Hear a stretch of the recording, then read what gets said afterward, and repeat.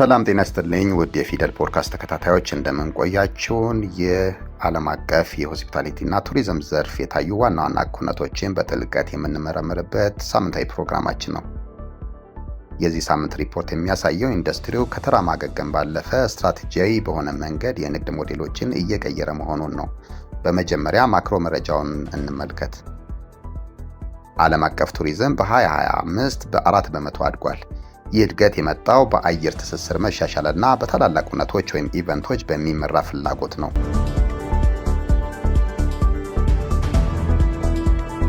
በሆቴል ዘርፍ የታየው ትልቁ እንቅስቃሴ ከቻይና ነው። የአገሪቱ ትልቁ ኦፕሬተር ኤች ወርልድ እስከ 2030 ድረስ 20 ሺህ ሆቴሎች የመድረስ ግብ ይፋ አድርጓል። የአሰራር ሁኔታውን ትንታኔ ስናይ ኩባንያው ሜርቻንዳይዝ የተባለ ድብልቅ ሞዴል የሚጠቀም ሲሆን ይህም ማኔጅመንት እና ፍራንቻይዝን አንድ ላይ በመደባለቅ ወይም በመቀላቀል መሆኑ ተጠቅሷል። ይህ ሞዴል ኩባንያው የሀብት ባለቤት ሳይሆን አሴት ላይት ሆኖ ነገር ግን ጥብቅ የአሰራር ቁጥጥር እንዲኖረው ያስችላል። የገበያ ስፋትን በተመለከተ በ2025 የጨረቃ አዲስ ዓመት ወቅት ብቻ 8.3 ሚሊዮን እንግዶችን አስተናግዷል። ይህም ከሆንግ ኮንግ አጠቃላይ ሕዝብ ቁጥር ይበልጣል። በአፍሪካም ሂልተን በምዕራብና ደቡብ አፍሪካ ወይም ናይጄሪያ፣ አንጎላ፣ ማዳጋስካር እና ሞሮኮ ከ100 በላይ ሆቴሎችን ለመክፈትና 18000 ስራዎችን ለመፍጠር ስትራቴጂ ነድፎ እየተንቀሳቀሰ ይገኛል። ኢንቨስትመንት የት እየፈሰሰ እንደሆነ ለማሳያ ህንድ በዚህ ረገድ ግንባር ቀደም ሆናለች። የፋይናንስ መረጃው በ2025 የህንድ ሆቴሎች ግብይት 17 በመቶ አድጎ $430 ሚሊዮን ደርሷል። የመንግስትና የግል ዘርፍ አጋርነትን በተመለከተ የታሚልናዱ ግዛት $2.7 ቢሊዮን ዋጋ ያላቸው 127 ስምምነቶችን ወይም ኤምኦዩ ተፈራርማለች። ይህም ለቅንጦት ሆቴሎችና ለቅርሶች ጥበቃ የሚውል ነው ተብሏል። የኢንተርኮንቲኔንታል ሆቴሎች ግሩፕ አፈጻጸም የገበያውን ጥንካሬ ያሳያል። ቁልፍ አሃዞችን በተመለከተ ዓለም አቀፍ የክፍል ገበያዎች 1.6 በመቶ አድጓል። የ2025 የሥራ ትርፋቸው $1.27 ቢሊዮን ደርሷል። የካፒታል አስተዳደርን በተመለከተ ኩባንያው $950 ሚሊዮን የአክሲዮን መልሶ ግዢ በማድረግ ለባለሀብቶች ያለውን ጥንካሬ አሳይቷል። ለ2026 የፊፋ ዓለም ዋንጫም ስትራቴጂክ የሆኑ ጉዳዮችን በመመርመር ዝግጅት እያደረጉ መሆኑ ተገልጿል።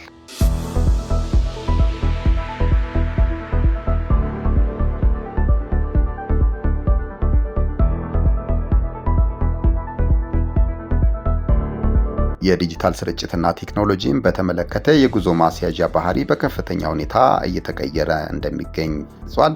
ትንበያው እንደሚያሳየው በ2026 ዓለም አቀፍ የጉዞ ጠቅላላ ግዢ $1.75 ትሪሊዮን ይደርሳል ተብሎ ይጠበቃል። የዲጂታል ሽግግርን በተመለከተ ቀጥታ የመስመር ላይ ማስያዣ በ8 በመቶ በማደግ $1.07 ትሪሊዮን ደርሷል። የቴክኖሎጂ ክፍተትን በተመለከተ ምንም እንኳን ኤአይ ለኢንዱስትሪው ወሳኝ ቢሆንም በድርጅት ደረጃ ሙሉ በሙሉ የተተገበሩት ግን 3 በመቶ ተቋማት ላይ ብቻ መሆኑ ተገልጿል። የሬጂናል ማርኬት እና ቻሌንጆችን በተመለከተ የወደፊት ትንበያዎችን ስንመለከት ሳውዲ አረቢያ ገበያው በዓመት የ9 በመቶ እድገት በማሳየት በ2034 የ$115.8 ቢሊዮን ይደርሳል። ህንድ የቱሪዝም ዘርፍ በ2035 64 ሚሊዮን ስራዎችን እንደሚደግፍ ይጠበቃል።